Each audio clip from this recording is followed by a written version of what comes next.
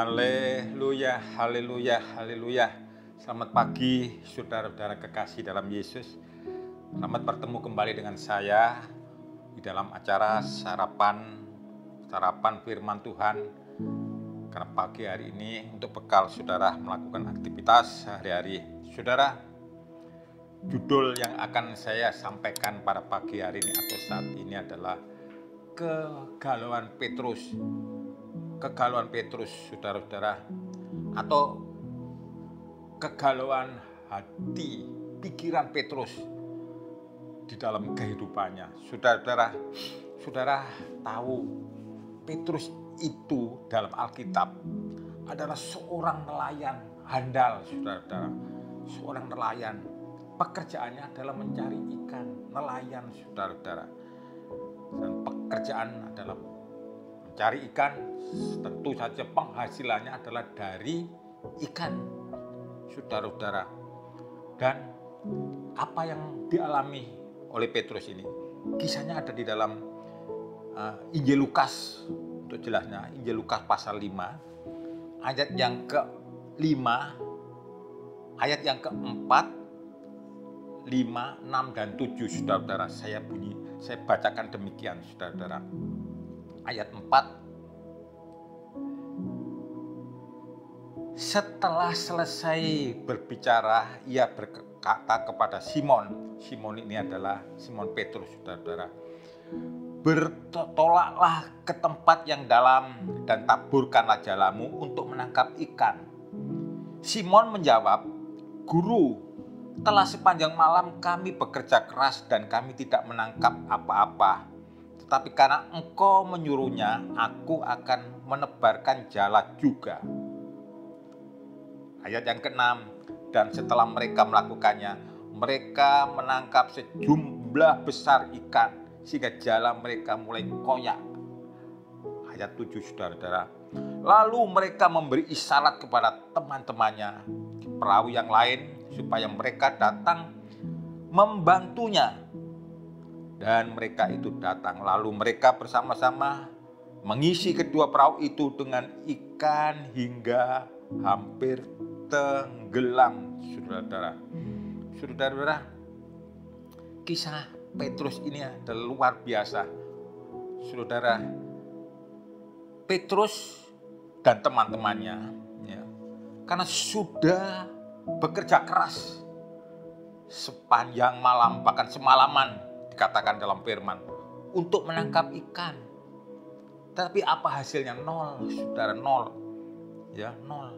Sehingga Petrus merasa kecewa, putus asa. Tetapi dalam firman Tuhan katakan tadi, ya, dengan teman-temannya selagi berada di perahu, Yesus menghampiri perahu daripada Petrus ini dan teman-temannya. Sehingga Yesus pada saat itu menyuruh bertolak agak lebih dalam, saudara-saudara. Sehingga melakukannya dan menangkap sejumlah besar ikan, saudara-saudara. Saudara, inilah awal daripada Petrus bertobat, saudara-saudara. Begitu dilihat hasil yang begitu peroleh begitu banyak, sampai katakan jalannya hampir terkoyak, saudara-saudara. Saudara, sehingga Petrus berpikiran demikian, saudara-saudara. Petrus senantiasa atau ingin selalu bersama Yesus, karena Petrus melihat bahwa bersama Yesus ia akan mendapatkan berkat atau hasil dengan lebih mudah, atau kekayaan, begitu, saudara-saudara. Ini awal daripada pertama tadi Petrus adalah pertobatan Yesus. Petrus sudah bertobat, ingin mengikut Yesus karena berpikiran bahwa mengikut Yesus adalah untuk memperoleh kekayaan yang lebih mudah, saudara-saudara. Karena Yesus adalah sumber segala berkat, itu betul, sumber pertolongan, betul. Terjadilah kegalauan. Coba kita lihat di dalam Injil Matius. Matius pasal 19. Matius pasal 19 ayat yang ke-23 sampai 26. Demikian saudara-saudara. Yesus berkata kepada murid-muridnya, karena Petrus ini adalah salah satu daripada murid Yesus. Dan pada saat itu Petrus dengan teman-temannya. Saya ulangi, pada ayat 23. Yesus berkata kepada murid-muridnya, "Aku berkata kepadamu, sesungguhnya sukar sekali bagi seorang kaya untuk masuk ke dalam kerajaan surga." 24, sekali lagi aku berkata kepadamu, lebih mudah seekor unta masuk melalui lubang jarum daripada seorang kaya masuk ke dalam kerajaan Allah. 25, ketika murid-murid mendengar itu, semua gemparlah mereka dan berkata, "Jika demikian, siapakah yang dapat diselamatkan?" Yesus, 26 ya, Yesus memandang mereka dan berkata, "Bagi manusia hal ini tidak mungkin, tetapi bagi Allah segala sesuatu mungkin." Saudara-saudara, ada timbul kegalauan di dalam hati, pikiran daripada Yesus. Apa artinya kekayaan yang kami miliki, hasil kaya?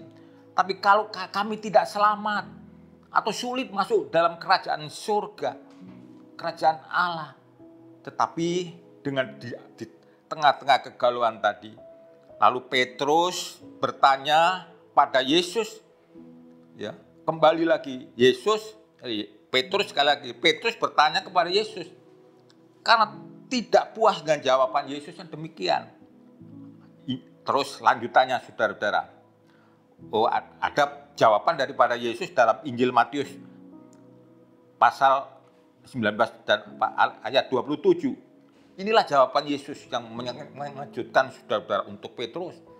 Lalu Petrus menjawab dan berkata kepada Yesus, ya, "Kami ini telah meninggalkan segala sesuatu dan mengikut Engkau. Jadi apakah yang akan kami peroleh?" Ini pertanyaan dari Petrus untuk bertanya kepada Tuhan Yesus pada saat itu.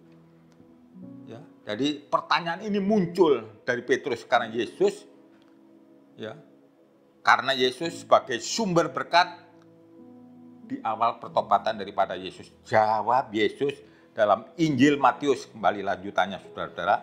Injil Matius 19 ayat 28 dan 29. Inilah kuncinya saudara-saudara untuk kehidupan kita.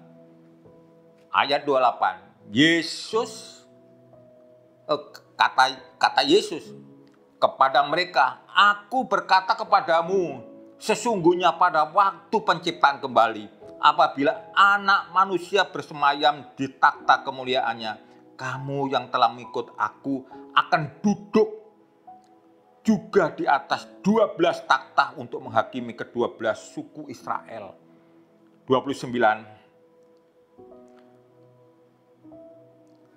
Dan setiap orang yang karena namaku meninggalkan rumahnya, saudaranya laki-laki atau saudaranya perempuan, bapak atau ibunya, anak-anak atau ladangnya, akan menerima kembali 100 kali lipat dari apa dan akan memperoleh hidup yang kekal. Ya. Ini janji Tuhan.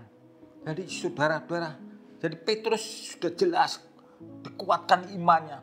Jadi apa arti kekayaan kalau mereka tidak akan menerima masuk dalam kerajaan Allah dan memperoleh hidup yang kekal. Ya. Begitu juga saudara dan saya harus kita percaya bahwa Tuhan Yesus itu adalah pemberi berkat, pemberi pertolongan. Ya. Jangan memandang harta. Harta itu adalah bukan segala-galanya. Ya, tetapi dikatakan target kita adalah, goal kita adalah, iman kita, fokus kita adalah untuk masuk dalam kerajaan surga, kerajaan Allah, dan memerintah bersama dengan Yesus atas 12 suku. Dan apalagi yang terpenting adalah memperoleh hidup yang kekal. Inilah yang bisa saya sampaikan pada pagi hari ini.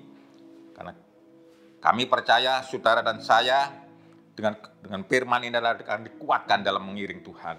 Terima kasih, Tuhan Yesus akan memberkati saudara dan saya. Haleluya. Amin.